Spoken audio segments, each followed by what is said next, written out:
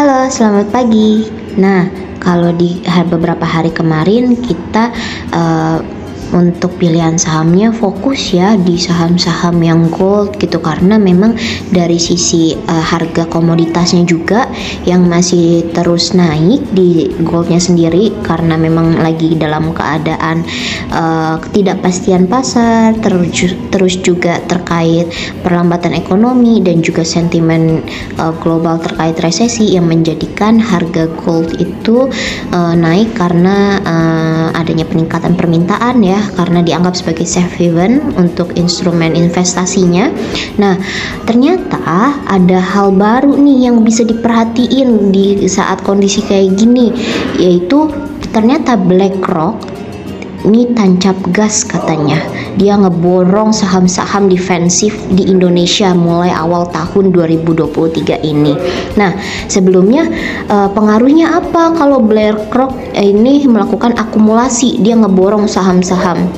Nah, jadi BlackRock ini adalah sebuah perusahaan manajemen aset terbesar di dunia, di mana dana kelolaannya itu bisa sampai 100.000 triliun, banyak banget.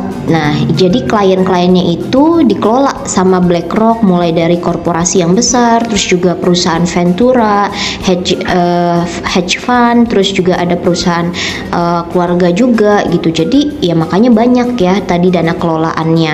Nah, sama kayak gitu. Jadi kalau kita mencari saham yang mau naik, di sisi lain memang ada yang namanya analisa fundamental, teknikal, tapi kita juga harus mengikuti di mana arus dana ini mengalir, karena untuk mengetahui saham apa yang bisa naik dalam waktu cepat seperti itu. Nah, produk-produknya produk-produknya BlackRock ini kayak Amazon, terus ada Google, terus Microsoft, terus ada Netflix, ada Starbucks, ada Tesla, Disney dan lain-lain.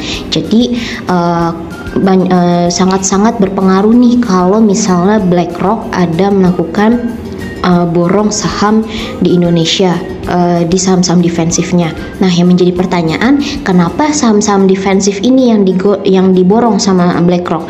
Nah, karena memang kalau di sektor-sektor lain kayak misalnya perbankan, terus juga seperti komoditas gitu ya, apalagi komoditasnya di energi gitu. Nah, itu adalah adalah sektor-sektor yang sangat sensitif dan berpengaruh dan saling mempengaruhi terhadap kondisi market gitu. Jadi dipilihlah saham-saham defensif ini. Maksudnya apa sih saham-saham defensif? Saham-saham defensif ini adalah saham-saham yang dalam keadaan nanti even market misalnya atau ekonomi turun anjlok-anjloknya, nah ini adalah barang-barang yang dia kemungkinan tetap bertahan dan tidak akan bangkrut gitu ibaratnya. Misalnya kayak di saham consumer, kan kalau misalnya resesi nggak mungkin orang nggak makan, nggak mungkin orang nggak nyuci, nggak mungkin kita nggak mandi gitu ya.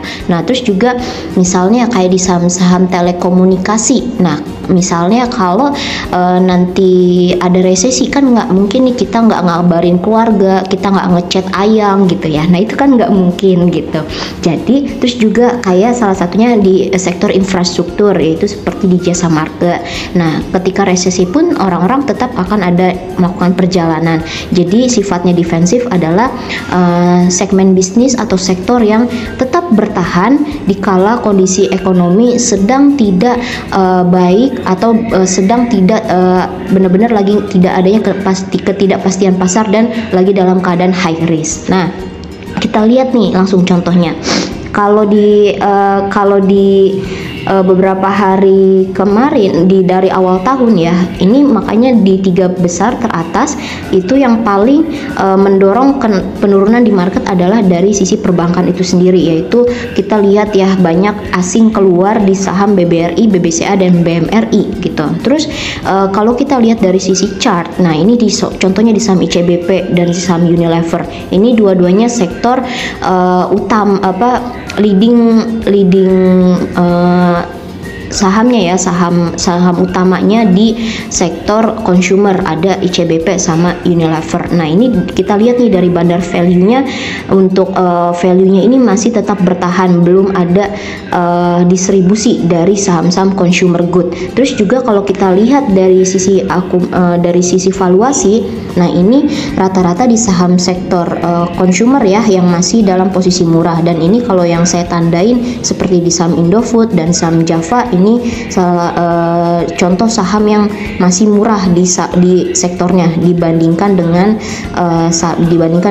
emiten sesamanya gitu ya. Nah kalau di sektor telekomunikasi, di infrastruktur yang di bagian telekomunikasi, nah ini ada di saham Telkom, ada di saham ISAT atau di saham Excel nih. Terus kalau untuk di yang infrastruktur untuk yang lainnya, nah ini ada di Jasa Marga gitu ya. Jadi bisa diperhatikan nih secara valuasi maupun dari sisi fundamentalnya. Terus juga kita lihat dari sisi pergerakan di teknikalnya.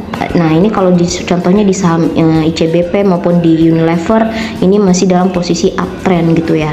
Nah terus juga untuk di saham-saham seperti di Excel, nah ini sudah mulai membentuk adanya pola rebound nih, jadi bisa diperhatikan untuk selanjutnya.